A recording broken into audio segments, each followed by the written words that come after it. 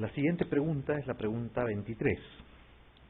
Dice, la inflación generada por políticas económicas nacionales en la planificación estratégica en salud se ubica dentro del análisis del entorno, de las estrategias, del plan de contingencias, del entorno o de los antecedentes históricos.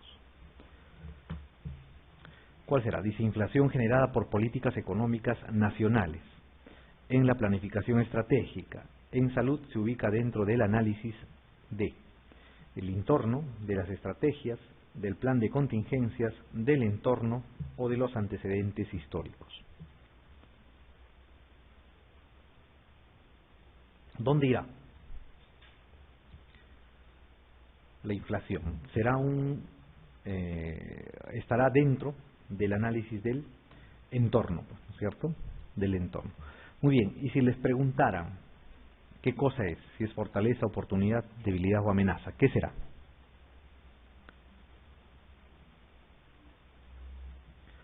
A ver, la inflación generada por políticas económicas nacionales en la planificación estratégica será.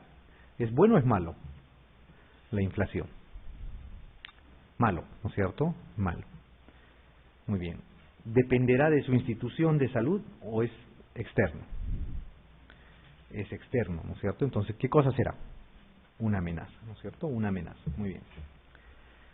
La pregunta 24 dice, la presencia de una ONG que apoya en la compra de medicamentos de personas de bajos recursos en el análisis FODA de un centro de salud es una fortaleza, amenaza, debilidad, riesgo u oportunidad.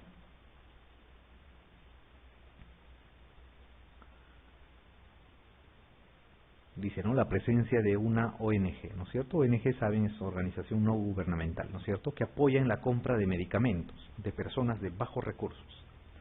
En el análisis FODA de un centro de salud será. A ver, la presencia de una ONG que apoya a la gente menesterosa, ¿es bueno o es malo? Es bueno, ¿no es cierto? Bueno. ¿Está dentro de su organización o está fuera? Fuera, entonces era una oportunidad, ¿no es cierto? Es una oportunidad. Muy bien. Muy bien. Vamos a hablar ahora de lo que es la calidad en salud, ¿no? La calidad en salud ha sido, digamos, o ha ido evolucionando conforme han pasado los años, en las últimas 3 a 4 décadas, de manera casi vertiginosa. Antes de esta era, que se está hablando de calidad total, de gestión de la calidad, existían normas, existían formas de medir el desempeño de una institución, pero que no eran otra cosa que tener más o menos estándares y estar dentro del estándar. Eso significaba tener calidad. Se dice que la primera muestra o la primera vez que se observó que los procesos en la atención de salud podían generar el éxito o el fracaso de un tratamiento fue cuando Florence Nightingale, ¿no es cierto?, una enfermera, se fijó que cuando se lavaba las manos un facultativo, o sea, un médico, una enfermera, entre la atención de un paciente y otro, veía que en general sus pacientes iban mejor. Esa fue la primera observación que se hizo, en la cual se demostró, digamos, que el proceso, o sea, los procesos de atención podían generar éxito o fracaso finalmente. ¿Ok? Antes de eso se hablaba solamente de que una enfermedad tenía una historia natural y lo único que se podía hacer era tratar de menguar los síntomas, de mejorar al paciente, pero había que esperar la respuesta de este. Entonces, después de Florence Nightingale, empezaron recién a fijarse que los procesos de atención podían derivar en una mejor o peor, o un mejor o peor resultado. Después de esta observación vinieron algunas, digamos, intentos de mejorar la calidad de los servicios, pero básicamente se estancaron en generar estándares. Por ejemplo, se decía que no más de un 20% de infecciones intrahospitalarias podían existir dentro de un hospital de referencia. Y si ese hospital estaba en ese rango, se decía que tenía una atención de calidad.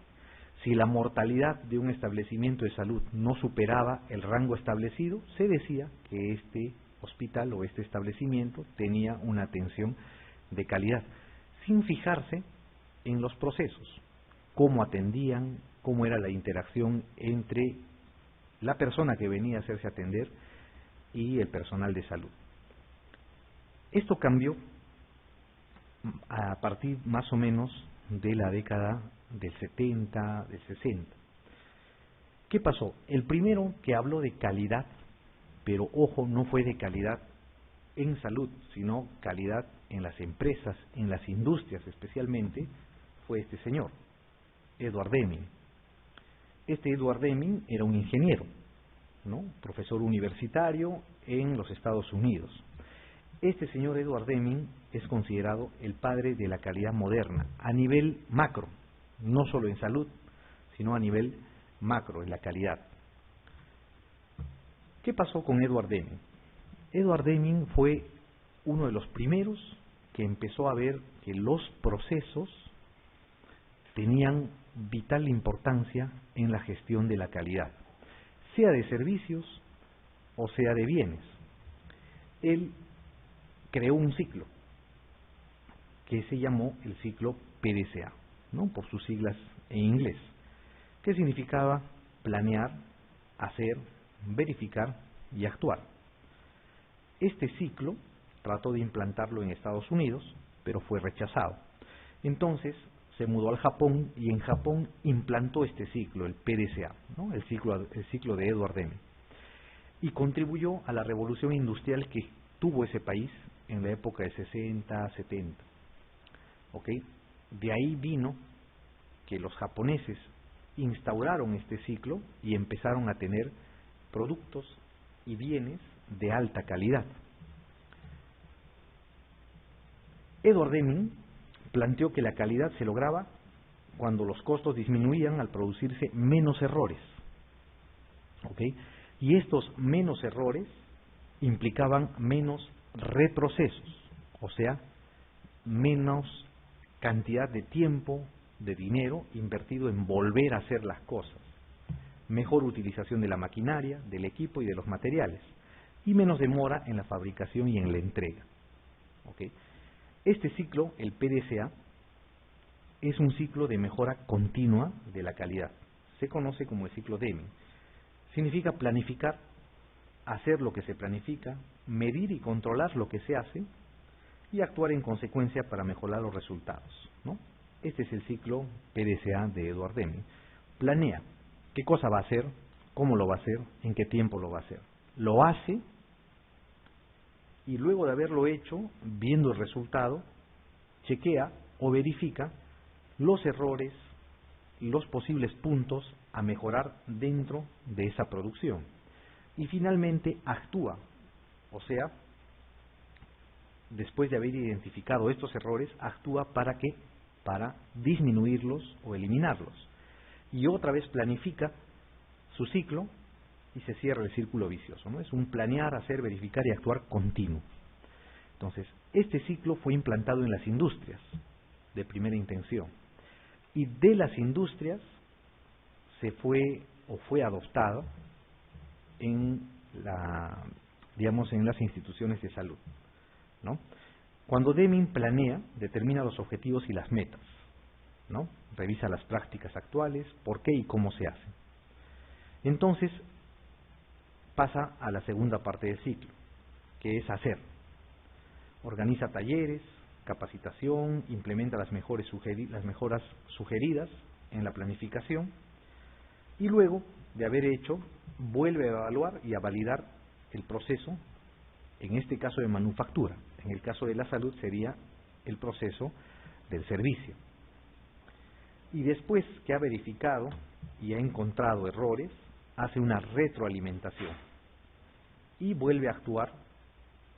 ¿Para qué? Para volver a planificar, volver a arreglar, digamos, las cosas, mejorar las cosas y volver a hacer, ¿no? Es un continuo ciclo, ¿no? Planear, hacer, verificar y actuar. Continuamente se está dando este ciclo.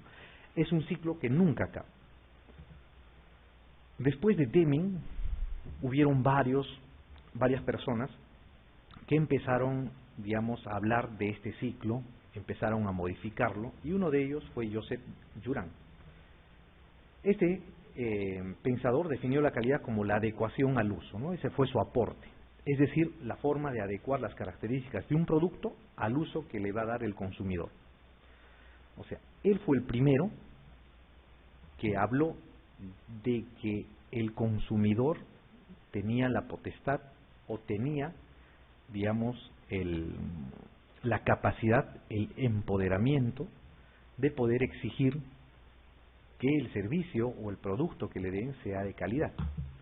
Y este señor sentó las bases para la calidad total, que vino después de Deming. Propuso él una trilogía de calidad basada en 3 cosas. 1, planificación de la calidad. O sea, ya empezó, Deming, si bien es cierto, planeó ese ciclo, pero él no habló directamente de la calidad, ¿no? Habló de la mejora de los productos. Este señor ya empezó a hablar de la calidad total. Planificación de la calidad, el control de la calidad y la mejora de la calidad. Esos 3 pasos empezó a hablar Joseph Juran. Hasta ese momento en las industrias. ¿Ok? Después de haberlo aplicado en las industrias, se pensó y se empeñaron muchos pensadores en importar de las industrias estos ciclos de planificación, de control y de mejora continua hacia la salud. ¿Por qué? Si bien es cierto, en salud no se brindan productos o bienes, pero se brindan servicios. Si bien es cierto, este ciclo es mucho más complejo cuando uno da o cuando uno brinda servicios, pero igual se puede aplicar. Y el padre de la calidad moderna en salud fue este señor, Avedis Donabedian, ¿no? Ya fallecido. Este señor Avedis Donabedian divide la atención sanitaria en 3 elementos fundamentales: estructura, proceso y resultado, que actualmente se usan. La estructura es la propia organización y los recursos de que dispone la organización, ¿ok? Recursos humanos, recursos monetarios, recursos físicos, por ejemplo, cantidad de médicos, cantidad de enfermeras, personal de salud, las instalaciones de la misma institución, la comodidad que tienen estas instituciones, la cantidad de recurso económico que tiene para su funcionamiento esta institución, ¿no? A eso se llama estructura. El proceso es el conjunto de actividades que se realizan por y para el paciente, así como la respuesta de este. O sea, el proceso en realidad viene a ser la interacción del personal de la institución con el cliente, o en este caso, el paciente. ¿Ok?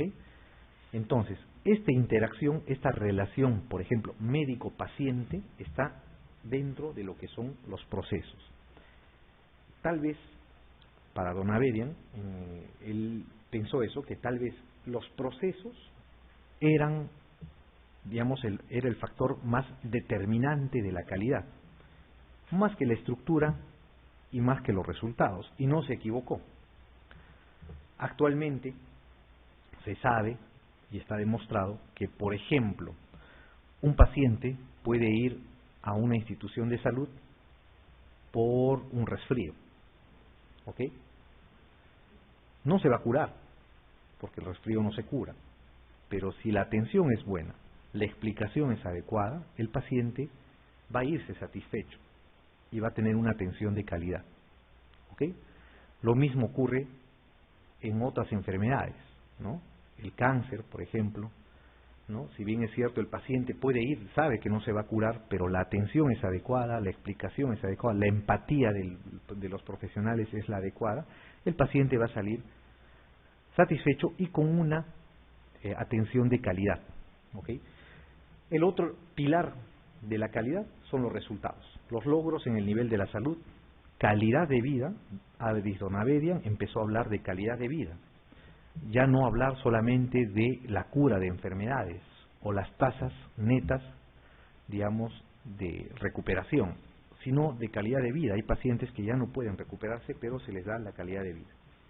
Conocimientos adquiridos del paciente, o sea, la explicación que se le da a este o a la población cuando se hace de manera masiva. Y una parte de los resultados es el grado de satisfacción con la atención recibida. ¿Ok? Entonces, la interrelación entre estructura, proceso y resultado le va a dar la calidad de atención en la salud. ¿Ok? La estructura, no se olviden, es la organización de recursos, sean humanos, físicos o económicos. El proceso es la parte más difícil de medir porque es la interacción normalmente que se da entre personas. Y los resultados van a ser los logros que se adquieren, ¿no? La mejora en la salud, las tasas de curaciones, la mejora de la calidad de vida. Entonces, para medir la calidad de un servicio debería medirse estructura, proceso y resultado. La estructura es fácil de medir. ¿Cuántos consultorios tiene un establecimiento de salud? Si están bien equipados, si están limpios, bien ventilados, etcétera, etcétera. Los resultados es más difícil de medir que la estructura, pero se puede medir. Tasa de curaciones, tasa de mortalidad, tasa de morbilidad, tasa de aceptación del establecimiento, que se mide haciendo la pregunta si el paciente o el usuario recomendaría la institución, ¿no? Esa es la tasa de aceptación. Y lo que es más difícil de medir son los procesos, porque a nivel de servicios, especialmente en salud, los procesos son complicados. La empatía que se da entre el médico, el paciente o el cliente externo y el cliente interno, que son los servidores, que son los trabajadores de salud, no es fácil de medir.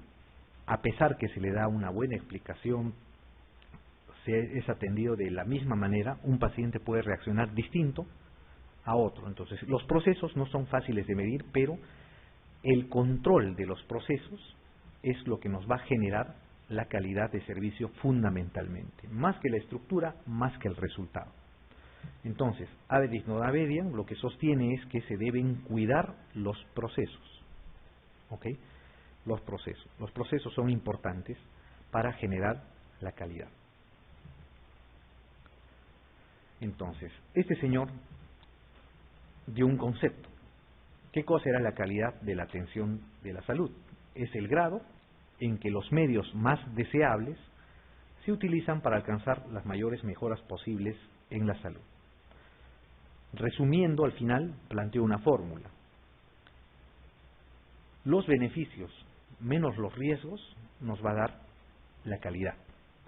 A mayor beneficio y menor riesgo, el servicio va a ser de mayor calidad.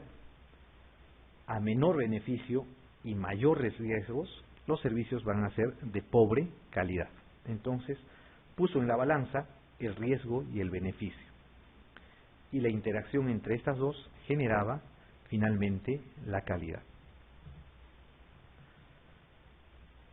Después que Avedis Nodavedian definió la estructura, los procesos y los resultados como los tres ejes principales que dan el soporte a la calidad de la atención en salud, esta calidad en salud empezó a desarrollarse, digamos, de manera vertiginosa. Actualmente se habla de una gestión de la calidad. ¿Ok? ¿Qué cosa es la gestión de la calidad? Es el conjunto de procesos mediante los cuales se consigue la calidad deseada. ¿Ok? A eso se llama la gestión de la calidad. Esta gestión de la calidad, el fundamento principal que tiene es conseguir la calidad deseada. ¿Okay? ¿Cómo se consigue esta calidad deseada? Mediante la calidad, o sea, la interacción de la calidad conseguida, la calidad programada y la calidad necesaria, ¿no? Que son conceptos distintos. La calidad conseguida es lo que ustedes van a poder dar al paciente. La calidad programada es lo que se van a programar antes de dar la atención, que no necesariamente va a ser la calidad que van a conseguir. por ese mismo hecho de la interacción médico-paciente o la interacción personal que hay entre el cliente y los trabajadores.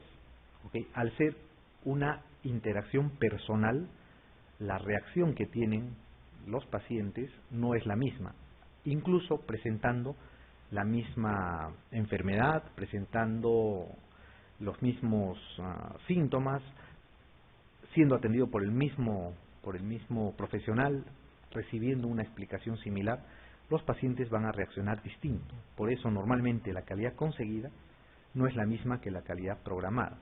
Y existe otro concepto que es la calidad necesaria. La calidad necesaria es aquel estándar mínimo de calidad que se debe conseguir para dar una atención que verdaderamente dé una atención de calidad. Todo lo que está fuera de la coincidencia, dice, será motivo de derroche, gasto superfluo e insatisfacción, ¿no? Hay un gráfico que ellos generan en la cual van a interactuar la calidad programada, que está acá en anaranjado, la calidad conseguida, que está en verde, y la calidad necesaria, que está en azul o morado. La fusión de estas tres va a dar la calidad deseada, que es lo que se requiere, que es lo que uno busca, que normalmente no se puede, no se llega en el 100%. Si ustedes tienen una calidad necesaria que va a cruzarse con la calidad programada, va a ser útil pero insuficiente para llegar a la calidad deseada. Y si la calidad necesaria se va a cruzar con la calidad conseguida, va a haber una calidad con riesgo. ¿Ok?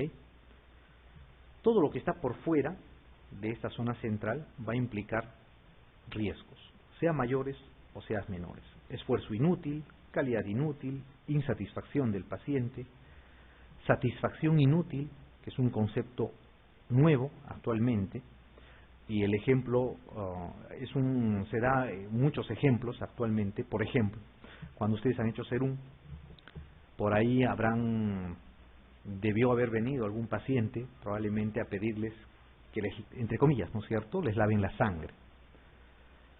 Seguramente habrán visto por ahí también ustedes algún colega que les pone una vía endovenosa y dentro del cloruro le pone alguna vitamina de color y se lo pasa al paciente y le dice: te estoy lavando la sangre. El paciente probablemente se va a ir satisfecho por la atención recibida, porque él cree que le han depurado sustancias nocivas de la sangre, pero es una satisfacción inútil. No han hecho nada por el paciente, ¿no? Le han pasado un poco de agua con sal y algunas vitaminas por la vía endovenosa, ¿no es cierto? A eso se llama satisfacción inútil. No sirve para nada, no han solucionado nada y no es lo que se debería buscar. ¿Ok? Lo que se debe buscar es la calidad deseada. Muy bien, ¿cómo se mide o cómo se va a evaluar la calidad? Avedis Donavedian también habló de cómo medir la calidad. La calidad se debía medir en tres dimensiones. Primero es la dimensión interpersonal. ¿Ok? La dimensión interpersonal se puede medir mediante encuestas de satisfacción del usuario externo e interno. ¿Ok? El usuario externo o cliente externo es el paciente. El cliente interno es el trabajador de salud. Actualmente se hablan de los dos clientes. La satisfacción de ambos clientes es importante para generar un servicio de calidad. ¿Ok? Ya se ha dejado de lado la frase que hace 2 décadas o década y media se decía que el cliente siempre tiene la razón, ¿no es cierto? Es falso. Entonces, siempre en toda entidad prestadora de servicios se debe buscar las dos satisfacciones, del usuario externo y del usuario interno.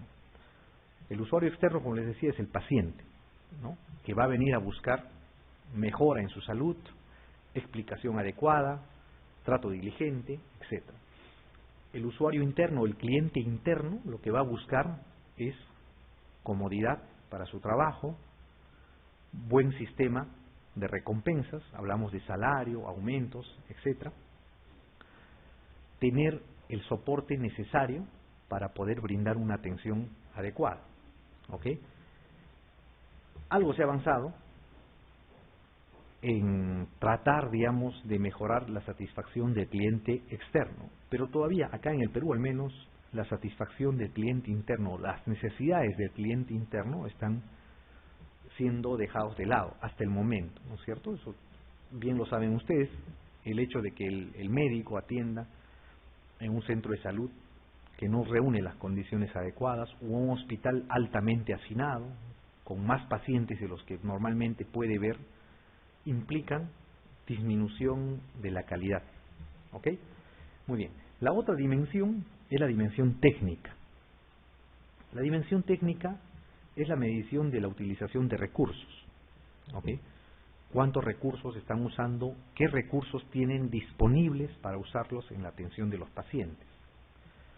La medición de los incidentes o accidentes, ¿no? Reacciones adversas. Se pueden medir también accidentes laborales, enfermedades laborales, etc. La justificación de procedimientos. Para evaluar la calidad técnica, los procedimientos que se hacen a los pacientes deben estar debidamente justificados. Esto, por ejemplo, es un eje central de la revisión de la calidad en los seguros privados al menos, buscan que todo procedimiento que se hace sobre un paciente esté plena y debidamente justificado. ¿Okay? ¿Por qué? Porque cada procedimiento, en estos casos, es la parte económica que se paga, pues, ¿no es cierto? Y por eso todo procedimiento tiene que estar justificado. También se pueden hacer mediante auditoría de expedientes, ¿no? Las auditorías es agarrar una historia clínica y escudriñarla desde su ingreso hasta su salida, buscando posibles errores. Y normalmente estas auditorías retroalimentan al personal de salud, indicando dónde estaban los errores. A pesar que al finalmente, el proceso de atención puede culminar en el éxito, o sea, el paciente puede salir curado, mejorado, de alta, no necesariamente el proceso de atención va a ser de calidad. Finalmente, los procesos y los resultados son de difícil medición. Se miden de forma indirecta, mediante tasas, mediante indicadores. Y hay algunas mediciones, especialmente en salud pública, por ejemplo, los rastreadores de salud se llaman, algunas enfermedades que nos van a indicar que la población no necesariamente está teniendo servicios de promoción y prevención adecuados. La obesidad, por ejemplo, el sobrepeso, ¿no? La diabetes, la hipertensión, son enfermedades de larga data, con un adecuado control, no deben tener complicaciones mayores, al menos los primeros años. Entonces, el evaluar la diabetes, la hipertensión, la obesidad en la población en general es un rastreador de calidad en la parte preventiva promocional también. Entonces, de la evaluación de la calidad deben de recordar ustedes que se mide mediante 3 dimensiones: la interpersonal, la dimensión técnica y la dimensión de procesos y resultados. ¿No? Hay factores